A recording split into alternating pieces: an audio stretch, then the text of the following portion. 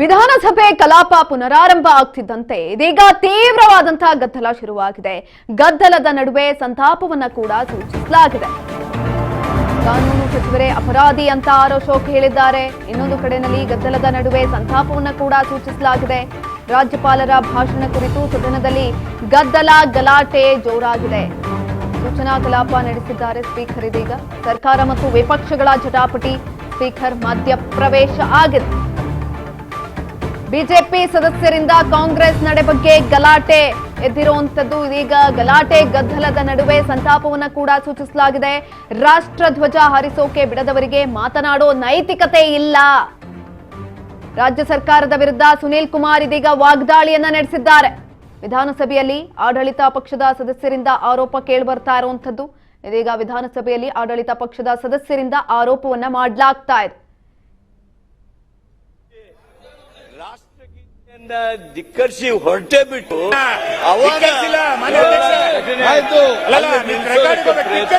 ಚರ್ಚೆ ಮಾಡಿ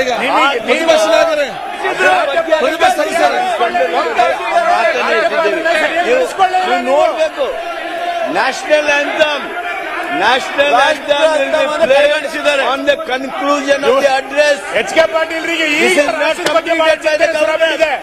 Governor is liable to follow. ಪ್ರತಿಪಕ್ಷ ನಾಯಕ ಆಯ್ತು. ಪ್ಲೀಸ್ ಶರಣ್ ಪ್ರಕಾಶ್,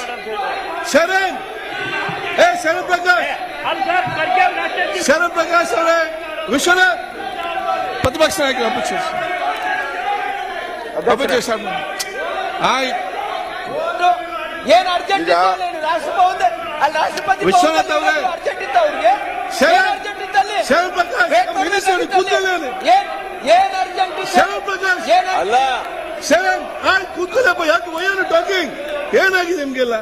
ಅವ್ರವ್ರ ಮಾತು ಯಾಕೆ ಮಾತಾಡ್ತೀರಿ? ವಿಶ್ವನಾಥ್ ಅವರೇ, ಡೋಂಟ್ ರಿಪ್ಲೈ.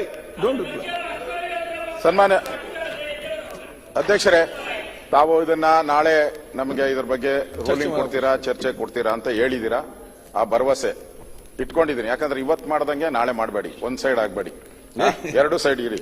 ಇಲ್ಲ ದಯವಿಟ್ಟು ತಾವು ನಾಳೆ ಏನೇನು ಒಂದ್ ಸೈಡ್ ಅಲ್ಲಿ ವಿಡಿಯೋ ಬಂದಿದೆ, ಮಾಧ್ಯಮದಲ್ಲಿ ಬಂದಿದೆ, ಇಲ್ಲೂ ಇದೆ, ಎಲ್ಲಾ ಕಡೆನೂ ಇದೆ. ಯಾರು ಮಾಡಿದ್ದಾರೆ ಯಾರಿಲ್ಲ ಅನ್ನೋದನ್ನ ವಿಡಿಯೋನ ಪ್ರದರ್ಶನ ಮಾಡಿದ್ರೆ ಎಲ್ಲರಿಗೂ ಗೊತ್ತಾಗ್ತದೆ. ಅದ್ರ ಮೇಲೆ ಅವ್ರ ಮೇಲೆಲ್ಲ ನಮ್ಮ ಮೇಲೆ ಹಂಗೆ 18 ಜನದ ಮೇಲೆ ಕ್ರಮ ತೆಗೆದುಕೊಂಡು ಹಂಗೆ ಅವ್ರ ಮೇಲೂ ಕ್ರಮ ತೆಗೆದುಕೊಳ್ಬೇಕು. ಅವ್ರನ್ನ ಸದನದಿಂದ ಹೊರಗಡೆ ರಾಷ್ಟ್ರಗೀತೆಗೆ ಅವಮಾನ, ಡಾಕ್ಟರ್ ಭೀಮಣ್ಣ ಖಂಡ್ರೆ ಅವರು ನಾವು ರೆಡಿ ಇದ್ದೀವಿ. ಶರಣ್ ಪ್ರಕಾಶ್ ಪಟೇಲ್ ಆಯ್ತು. ನೀವು ಕಂಟಿನ್ಯೂ ಮಾಡಿ. ಜ್ಞಾನೇಂದ್ರ ಸಚಿವರಿಗೆ ನಿಮ್ ಕಡೆ ಮುಖ ಮಾತಾಡಕ್ಕೆ ಹೇಳಿ. ಈಗ ನಾನೆಲ್ಲ ಸದಸ್ಯರಿಗೆ ಹೇಳ್ದಿಷ್ಟೇ. ಎರಡು ವಿಚಾರ ಚರ್ಚೆ ಆಯಿತು. ಸಂತಾಪ ಸೂಚನೆ ನಡೀತಾ ಇದೆ. ನಮ್ಮ ಸದಸ್ಯರು ಶತಾಯುಷಾದ ಅತ್ಯಂತ ಹಿರಿಯರು, ಬೇರೆ 2-3 ಜನ ಗಣ್ಯಾತರಿದ್ದಾರೆ. ಅವರಿಗೆ ಸಂತಾಪ ಸೂಚನೆ ಮಾಡೋ ಸಂದರ್ಭ ಪ್ರಾಮುಖ್ಯತೆ ಮತ್ತು ಪಾವಿತ್ರ ಅರ್ಥ ಮಾಡಿಕೊಳ್ಳಿ. ನಾಳೆ ನಮ್ಮ ಮನೆಯಲ್ಲ ನಿಮ್ಮ ಮನೆಯಲ್ಲ ಈ ಪರಿಸ್ಥಿತಿ ನೋಡಬೇಕಾಗ್ತದೆ. ಒಂದು ಕೆಲವೊಂದು ಚರ್ಚೆ ಬರ್ತದೆ, ಸಕ್ಕರೆ ಚರ್ಚೆಯಲ್ಲಿ ಮುಗಿಸ್ಬೇಕು. ಮತ್ತೆ ಅದನ್ನೇ ಕೂತ್ಕೊಂಡು ಅವ್ರು ಹೀಗೆ ನೀವು ಮಾತಾಡುವಂತದ್ದಲ್ಲ. ಕೆಲವೊಂದು ಸಂದರ್ಭ ಬರ್ತದೆ. ಈಗ ಸಂತಾಪ ಇದೆ, ಅದು ಪಾವಿತ್ರದ ಗೌರವಪೂರ್ವಕವಾಗಿ ವಿಚಾರ ಏನು ಅರ್ಥ ಮಾಡಿಕೊಂಡು ಅವರ ವ್ಯಕ್ತಿತ್ವ ನಾವು ಮೇಡಿಕೊಡಿಸಿಕೊಡಿ, ಅವಕಾಶ ಮಾಡಿಕೊಡಿ. ಈ ಮತ್ತೆ ತಾವೆಲ್ಲರಿಗೂ ಅನ್ನಗತಿ ಚರ್ಚೆ ಮಾಡ್ಲಿಕ್ಕೆ ಹೋಗಬೇಡಿ. ನಾಳೆ ನಮಗೂ ಕೂಡ ಸಂತಾಪ ಈ ಸಭೆಯಲ್ಲಿ ನಾಳೆ ನಾವು ತೀರಿ ಹೋದಾಗ ನಮ್ಮ ಬಗ್ಗೆ ಮಂತ್ರಿ ಆಗ್ಬೇಕಲ್ಲ, ನೀವು ಅರ್ಥ ಮಾಡಿಕೊಳ್ಳಿ. ಮಂತ್ರಿ ಆಗ್ಬೇಕು. ಆಮೇಲೆ ಈಗ ಯಾಕೆ ತೀರೋತೀರಾ ನೀವು? ಈಗ ಮುಂದೆ ಮಂತ್ರಿ ಆದ್ಮೇಲೆ ತೀರೋಗಿ. ಅದು ಯಾರಿಗೂ ಯಾವಾಗಿದೆ ಅಂತ ಹೇಳಿ ಮಂತ್ರಿ ಆಗಿ ಇನ್ನೊಂದು ವರ್ಷ ಬದುಕಿ ಆಮೇಲೆ ಹೋಗಿ ಆರೋಗ್ಯವಾಗಿದ್ದೀರಲ್ಲ ನೀವು ಯಾಕೆ ತೀರೋತೀರಾ? ಆ ಸ್ಥಾನದಲ್ಲಿ ಮಾತಾಡಬಾರ್ದು. ಹೋಗ್ಲಿ, ಆ ಸ್ಥಾನದಲ್ಲಿ ಮಾತಾಡಬೇಡಿ. ನಾನು ಎಕ್ಸಾಂಪಲ್ ಕೂಡ. ಸನ್ಮಾನ್ಯ ಅಧ್ಯಕ್ಷರೇ, ನಾವು ಸಂತಾಪ ಸೂಚನೆಯನ್ನ ನಾವೆಲ್ಲರೂ ಕೂಡ ಮಾಡಿದಿರಿ. ಮಾನ್ಯ ಗೌರವಾನ್ವಿತ ಮುಖ್ಯಮಂತ್ರಿಗಳು ಕೂಡ ಸಂತಾಪ ಸೂಚನೆಯನ್ನ ಬಹಳ ಶ್ರದ್ಧೆಯಿಂದ ಮಾಡಬೇಕಾಯಿತು, ಆದ್ರೆ ಆಗ್ಲಿಲ್ಲ. ಅವ್ರು ಇನ್ನೊಂದ್ಸರಿ ಮಾಡ್ತಾರೆ ಅಂದ್ರೆ ನಾವು ಕೇಳಕ್ ರೆಡಿ ಇದ್ದೀರಿ. ಇನ್ನೊಂದ್ಸರಿ ಯಾರಿಗೂ ಕೊಡ್ಲೇ ಇಲ್ಲ. ಆದ್ರೆ ನಾನು ಡಾಕ್ಟರ್ ಭೀಮಣ್ಣ ಖಂಡ್ರೆ ಅವರು ವಿಶೇಷವಾಗಿ ಬಹಳ ಸುದೀರ್ಘವಾದಂತ ಒಂದು ರಾಜಕೀಯ ಜೀವನ, ಆ ಲಿಂಗಾಯತ ವೀರಶೈವ ಸಮಾಜದ ಒಂದು ಅಧ್ಯಕ್ಷರಾಗಿ ಸಮಾಜಮುಖಿಯಾಗಿ ನಮಗೆಲ್ಲ ಬಹಳ ಹಿರಿಯರಾಗಿ ಅವರು ಕೆಲಸ ಮಾಡಿದ್ದಾರೆ. ಬಹಳ ವರ್ಷಗಳ ಕಾಲ ಅಧ್ಯಕ್ಷರಾಗಿ ಕೆಲಸ ಮಾಡಿದ್ದಾರೆ ಮತ್ತು ಒಟ್ಟು 4 ಬಾರಿ ವಿಧಾನಸಭಾ ಸದಸ್ಯರಾಗಿಯೂ ಕೂಡ ಕೆಲಸ ಮಾಡಿದ್ದಾರೆ. ಒಂದು ಅಪರೂಪದ ವ್ಯಕ್ತಿತ್ವ. ಅವರು ರಾಜಕಾರಣ ಹೆಚ್ಚಿಗೆ ಮಾಡಿರ್ತಕ್ಕಂಥದ್ದು ನಮ್ಗೆ ಯಥಾಯಿಷಿಯಾಗಿ ಪೂರ್ತಿ ಬದುಕಿದ್ದಾರೆ. ಈ ಸಮಾಜದ ಉದ್ಧಾರಕ್ಕೆ ಅವರು ಕೆಲಸ ಮಾಡಿ ಅವರು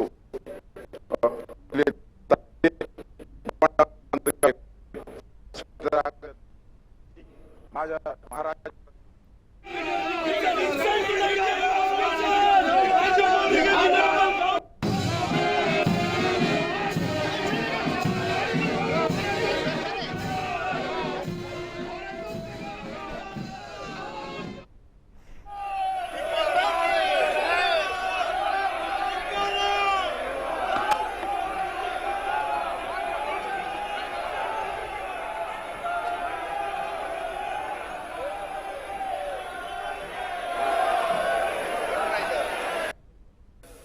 ನೋವಿನಿಂದ ಇಲ್ಲಿ ನೋಡಿ ಸಂತಾಪ ಸೂಚನೆ ಮಾಡಿದ್ದೀರಾ. ತೀರ್ಗೊಂಡವ್ರಿಗೆ ಸಂತಾಪ ಸೂಚನೆ ಮಾಡಕ್ಕೂ ವಿರೋಧ ಮಾಡ್ತಾವಲ್ಲ. ಏನು ವಿಷಯ ಕೇಳುವ ಅವರೇ ಮಾಡೋದು. ಅವರೇ ಮಾಡೋದು. ಅವರೇ ಅಪರಾಧಿ ಇವತ್ತು. ಅವರೇ ಅಪರಾಧಿ.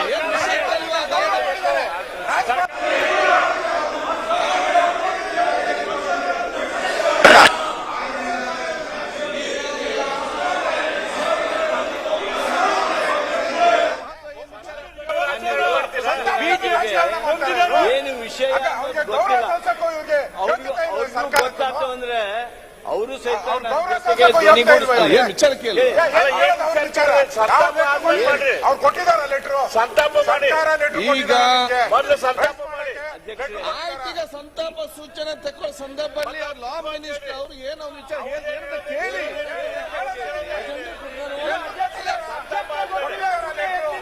ಈಗ ಏನ್ ವಿಚಾರ ಕೇಳುವ ಏನ್ ವಿಚಾರ ಏನಿದೆ ಹೇಳಿ.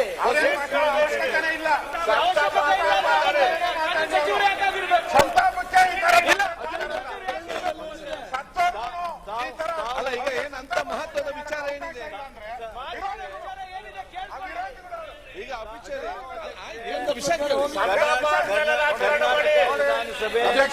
ಸಂತಾಪ ಮಾಡಿ ಸದನ ನಡೆಯಕ್ಕೆ ಬೇಡ. ನಾವು ಲೆಟರ್ ಕೊಟ್ಟಿದ್ದೀರಿ ನಿಮಗೆ. ನಾವು ಲೆಟರ್ ಕೊಟ್ಟಿದ್ದೀರಿ. ರಾಜ್ಯಪಾಲರಿಗೆ ಅಗೌರವ ಮಾಡಿದ್ದಾರೆ ಅಂತ ಪತ್ರ ಕೊಟ್ಟಿದ್ದೀರಿ. ಅದ್ರ ತಗೊಳ್ಳಿ. ಅವರೇನು ಪತ್ರ ಕೊಟ್ಟಿದ್ರೆ ಅದ್ರ ಬಗ್ಗೆ ತಗೊಳ್ಳಿ. ಅದ್ರ ಬಗ್ಗೆ ಕೊಡಿ ತಗೊಂಡು. ಅವರೇನು ಏನು ಕೊಟ್ಟಿಲ್ಲಲ್ಲ. ಅವರು ಅವರೇನು ಕೊಟ್ಟಿಲ್ಲ. ನೋವಿನಿಂದ ಇಲ್ಲಿ ನೋಡಿ ಸಂತಾಪ ಸೂಚನೆ ಮಾಡಿದ್ದೀರಾ. ತೀರ್ಗೊಂಡವ್ರಿಗೆ ಸಂತಾಪ ಸೂಚನೆ ಮಾಡಕ್ಕೂ ವಿರೋಧ ಮಾಡ್ತಾವಲ್ಲ. ಏನು ವಿಷಯ ಕೇಳುವ ಅವರೇ ಮಾಡೋದು. ಅವರೇ ಮಾಡೋದು. ಅವರೇ ಅಪರಾಧಿ ಇವತ್ತು. ಅವರೇ ಅಪರಾಧಿ.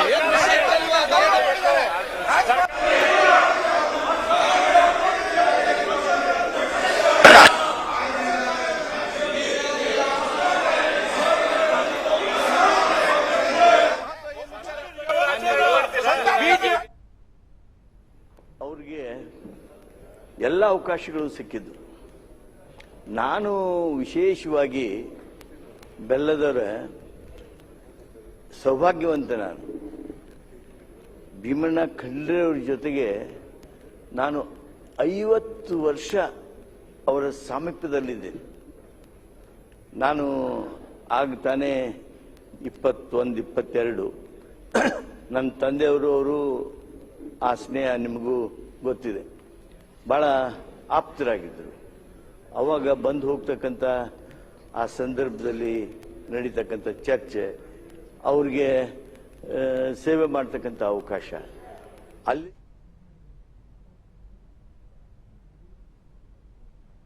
ಹಂಸರಾಜ್ ಭಾರದ್ವಾಜ್ ಮಾದರಿ ಮಾಡಿದ ಗೆಹ್ಲೋಟ್ ಸರ್ಕಾರದ ಭಾಷಣವನ್ನ ಮಂಡಿಸಿ ತೆರಳಿದ್ದಾರೆ. ಇದೀಗ ರಾಜ್ಯಪಾಲರು ಭಾಷಣ ಮಾಡದೆ ಮಂಡಿಸಿ ತೆರಳಿದ್ದಾರೆ. ರಾಜ್ಯಪಾಲರು ಹಂಸರಾಜ್ ಭಾರದ್ವಾಜ್ ಮಾದರಿಯನ್ನ ಫಾಲೋ ಮಾಡಿದ್ದಾರೆ. ಇದೀಗ ಗೆಹ್ಲೋಟ್ ಸರ್ಕಾರದ ಭಾಷಣವನ್ನ ಮಂಡಿಸಿ ತೆರಳಿದ ರಾಜ್ಯಪಾಲರು. ಭಾಷಣ ಮಾಡದೆ ಕೇವಲ ಮಂಡಿಸಿ ತೆರಳಿದ್ದಾರೆ ರಾಜ್ಯಪಾಲರು. ಕಾನೂನು ಸಂಘರ್ಷಕ್ಕೆ ಎಡೆ ಮಾಡಿಕೊಡದೆ ಭಾಷಣವನ್ನ ಮಾಡಲಾಗಿದೆ. ಕೇವಲ ಭಾಷಣವನ್ನ ಮಂಡಿಸಿ ಹೋಗಿದ್ದಾರೆ ರಾಜ್ಯಪಾಲರು. 2011ರಲ್ಲಿ ಭಾಷಣವನ್ನ ಮೊಟಕುಗೊಳಿಸಿದ್ದಂತಹ ಹಂಸರಾಜ್ ಭಾರದ್ವಾಜ್ ಇದೀಗ ಅದೇ ರೀತಿಯಾಗಿ ಮಾಡಿರುವಂಥದ್ದು. ಒಂದೇ ಒಂದು ಸಾಲನ್ನ ಮಾತನಾಡಿ 2 ಮಾತಿಗಷ್ಟೇ ಭಾಷಣವನ್ನ ಸೀಮಿತಗೊಳಿಸಿ ಇದೀಗ ಗೆಹ್ಲೋಟ್ ಅವರು ಹೊರಗಡೆ ಹೋಗಿರುವಂಥದ್ದು.